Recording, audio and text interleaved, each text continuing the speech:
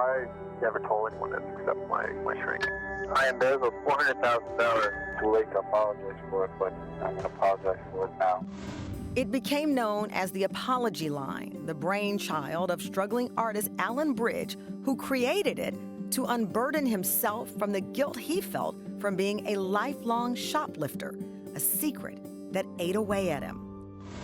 In 1980, Allen papered New York City with flyers inviting people to anonymously call and apologize for their misdeeds. The number connecting callers to an answering machine inside Allen's apartment. The hotline quickly gained notoriety and the calls came flooding in, people confessing to everything from petty theft to infidelity, drug dealing to murder.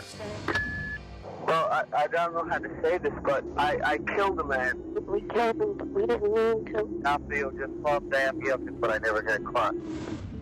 The apology line became Allen's obsession, and he would spend the last 15 years of his life consumed by it. Now his wife, Marissa, is picking up the line, launching it as a new podcast that's at the top of the charts after premiering last month.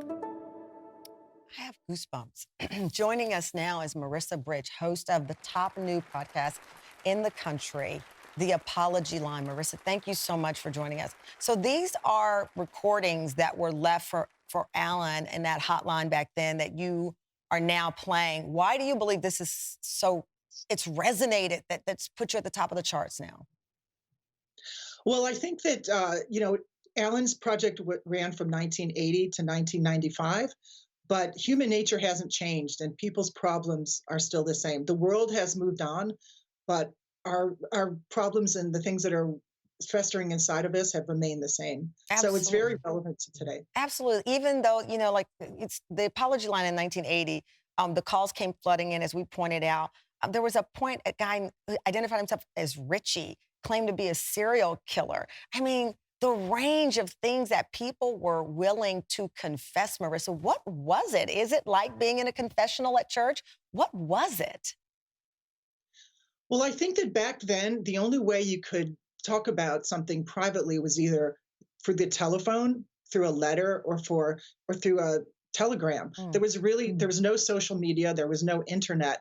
So I think that this telephone confessional provided a way for people to expose themselves, to confess, to let their inner feelings out in a way that was very private. Wow. I have to tell you, when I saw that you were launching this, for people at home, Allen died in a freak scuba diving accident in 95. It was a hit and run by a jet ski. No one ever stepped forward to admit they did it.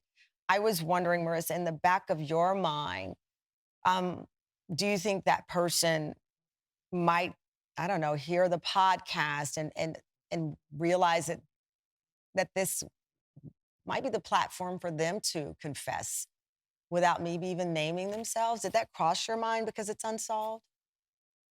Yes, it did cross my mind. I think that if the person is still alive and they've been carrying this guilt around for 25 years, I think if they came forward now and apologized, I think it would be very healing for me and for that person. I mean, it was an accident. The person is not liable for any crime.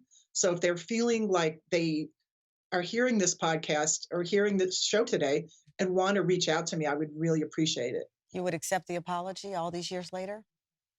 Absolutely. Absolutely. I think that apologizing is a release of pain and a release of suffering. And I think that it would be very helpful for that person. I've forgiven that person a long time ago. Yeah. I know it was an accident, so it's not something that I'm holding on to or holding a grudge, but just the act of apologizing is something that's very important. Let me tell you, you have shaken up podcasts. Everyone's talking about you, and this podcast launched just at the beginning of the year.